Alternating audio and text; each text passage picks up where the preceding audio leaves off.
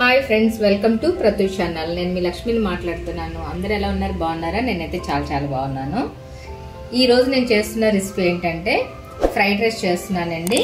అది కూడా sweet corn mill మేకర్తో నేను ఫ్రైడ్ రైస్ చేస్తున్నాను.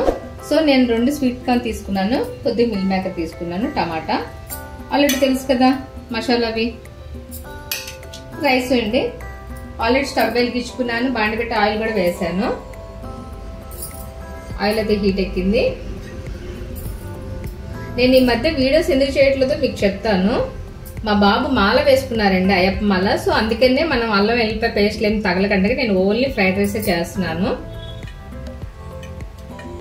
చెక్క, లవంగా, యాలకులు, అరటి మొగ్గ,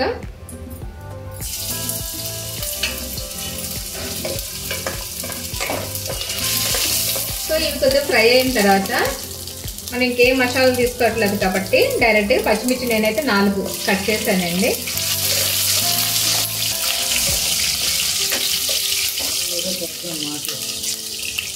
ఇప్పుడు టమాటాలు వేసేస్తున్నాను. నేను 2 టమాటా తీసుకున్నాను రైస్కి.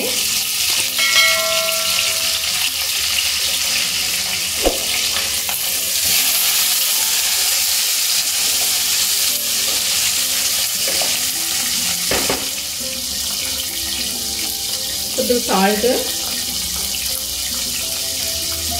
లైట్గా పసుపు, ఆల్రెడీ పచ్చిమిర్చి వేసాను కాబట్టి లైట్గా కారం వేసుకున్నానండి.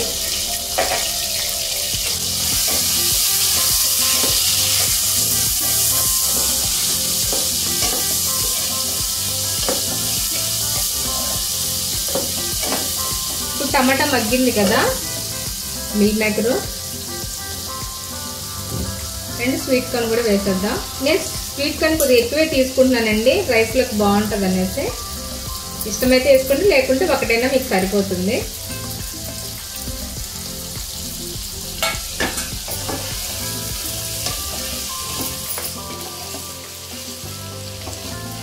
ఇలా మధ్య మధ్యలో కలుపుకోండి, లేకపోతే మాడుతుంది కదా.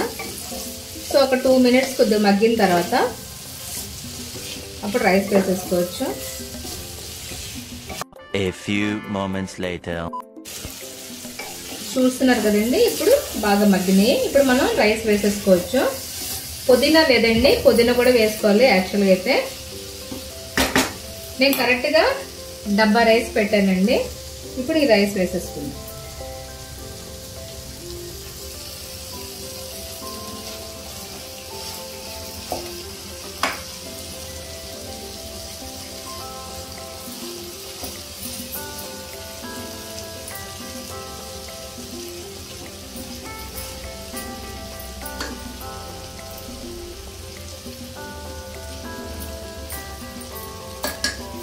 ఇప్పుడు దీనికి సరిపడా సాల్ట్ వేసుకోవాలి. ఇందాక ముక్కలు మగ్గటానికి వేసాము, ఇప్పుడు రైస్కి సరిపడా సాల్ట్ వేసుకోవాలండి.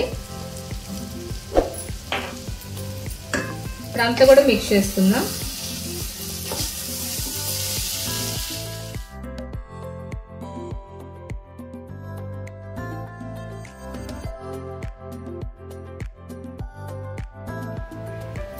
చూస్తున్నారు కదండి, ఈ విధంగా మొత్తం అంతా కూడా మిక్స్ చేసేసుకోవాలి.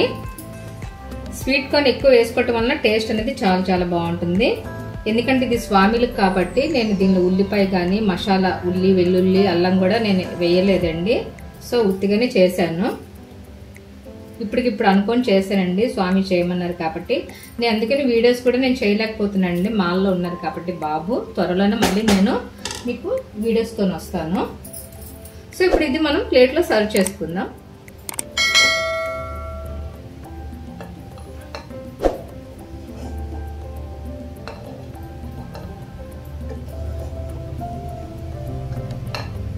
సో ఇంతేనండి, చాలా సింపుల్గా చేసేసుకోవచ్చు. సో మీరు కూడా ఇంట్లో ట్రై చేయండి. టేస్ట్ ఎలా ఉందో నాకు కంపల్సరీ చెప్పండి. స్వామిలకి తినాలనుకున్న వాళ్ళు ఇలాగ ఉల్లి, వెల్లుల్లి లేకుండా కంపల్సరీ చేసుకోండి. టేస్ట్ అయితే చాలా బాగుంటుంది. సో మా ఛానల్కి మీ సపోర్ట్ అనేది ఎప్పుడు ఇలాగే ఉండాలండి. మళ్ళీ కొత్త వీడియోస్తో వస్తాను స్వామి మాల అయిపోయిన తర్వాత. సో లైక్ చేయండి, షేర్ చేయండి, కమెంట్ చేయండి అండ్ సబ్స్క్రైబ్ చేసుకోండి. పక్కన ఉన్న గంట సింబల్ని ప్రెస్ చేయండి. మా ఛానల్స్ ఎప్పటికప్పుడు మీకు వస్తాం మా వీడియోస్ అనేది.